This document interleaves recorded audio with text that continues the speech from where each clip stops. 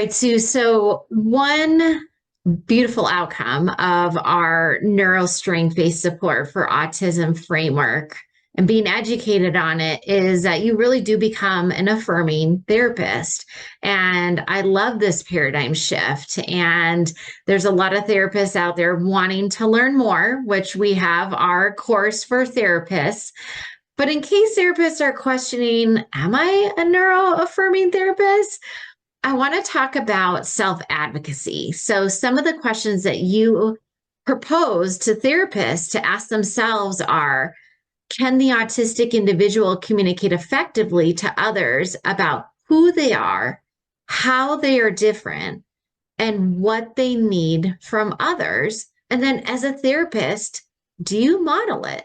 So share a little bit more about what you mean by those questions and what we as therapists should be thinking about.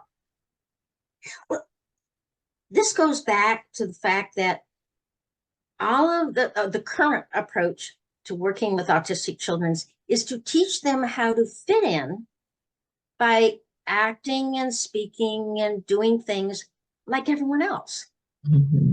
And yet what that is denying is we all know we're different. We're not, I mean, here you are teaching us to try to be what we're not. So, but in essence, the message you're sending us is being the person we are is not a value. It's only a value when we can be like everyone else. We can fit in. And so we end up developing a very negative self-image. Well, how do you advocate for something you like as a person and want to be and want to do, but it doesn't fit in with their expectation or their vision of who you should want to be? And so they wonder why autistics don't advocate for themselves.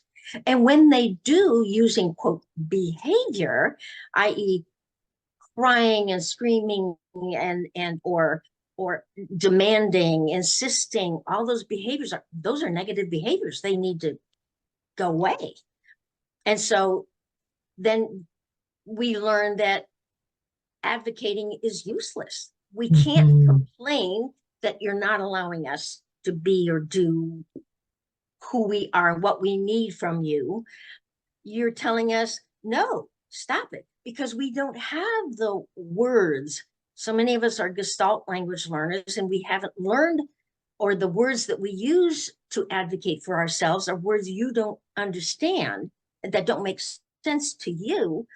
You want us to speak in words that make sense to you.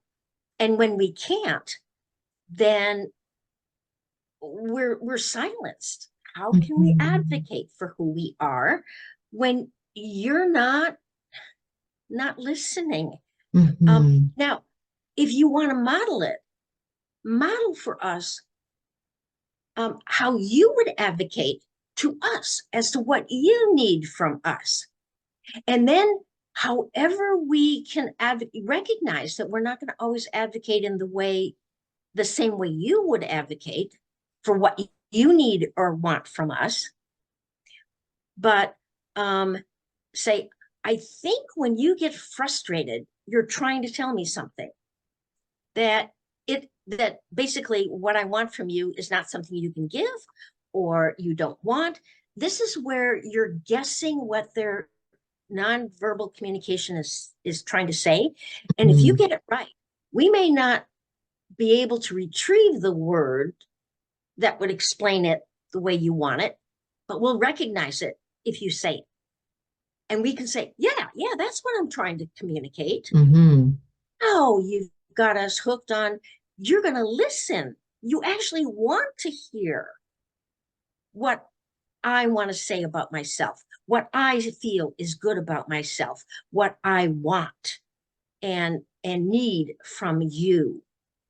But you've got to model the fact that you're open to listening to us. But if you have this authoritarian, here's what you need to do, and if you do it my way, and when I tell you to, I'll reinforce you. I mean, excuse me, why should I want to? do things you, Yes. I mean, I will do it because I have to. But what I learned as a kid was that was the to do what other people told me to do was the fastest way to get rid of them. That wasn't the way to build a relationship with them. It was the Mm-hmm. fast get rid of them so that I could go to my own world and be the person I knew and liked. Mm-hmm. Whole approach that you're using is not getting you what you want, that connection with them. And then even scarier when we don't teach our kids that advocacy, they're taken advantage of. And Absolutely. thinking about how many autistic women who have been in bad relationships Mhm. because their advocacy was not listened to, or even worse things happening than that. And so that advocacy piece is so, so important. That's the first thing I teach a lot of my clients is don't like, no, stop. But like you said, there's so many layers to it because and it breaks my heart when I hear these stories, when I even hear these stories with my own children, that they've asked for help and it's been brushed off. Mhm. And don't get me wrong, I mean, I get it. Sometimes it's like, oh, you can do this. But when kids can, they do. So if they're asking for help, if they're needing something, if there's that behavior that you talked about, they are advocating. And so as adults, we need to look at, okay, what's the missing piece? What's the need here? Because if they can, they do. And so that advocacy is such a crucial component of all therapy, I feel like, and is really important. And adults, this is again where we've talked about these layers of, as adults, we need to look inside ourselves like, why are we trying to be authoritative over this individual and not listening to their advocacy and help? And then you also mentioned that understanding. If therapists don't understand what they're observing and that what they're observing is that advocacy, they're going to miss it. And that's why our foundation of our framework is that understanding, which I can see is missed by a lot of people. Mhm. And how can you be affirming that, yes, I see you, I recognize you? That's affirming. I'm listening Yes. to you, but that's not the approach being used currently with autistic children. It's that authority down. This is what I need you to do. You will do this. And if you don't cooperate, then you're punished. If you do cooperate, you're rewarded. Um, Yes. and that may work with a typical child who has willful behavior, i.e., I don't feel like it kind of Yeah. thing. But with autistic children, no, we are genuinely communicating from early Mhm. on what we need and want without words because we don't always have the words. Mhm. But you have to affirm that I think you're trying to tell me something. Yes.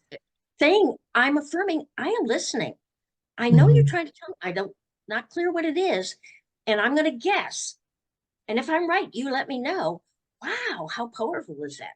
Yes. And for parents, neuroaffirming is a buzzword and I see it on a lot of advertising, but then I go to their website and I look and a lot of their language is ableist and I get it. Like there's a whole transition. I even have to catch myself sometimes. But if you're a parent and your therapist is doing any of these things that you're talking about, Sue, in terms of, that hierarchy and being authoritative and it's you have to do what I say first.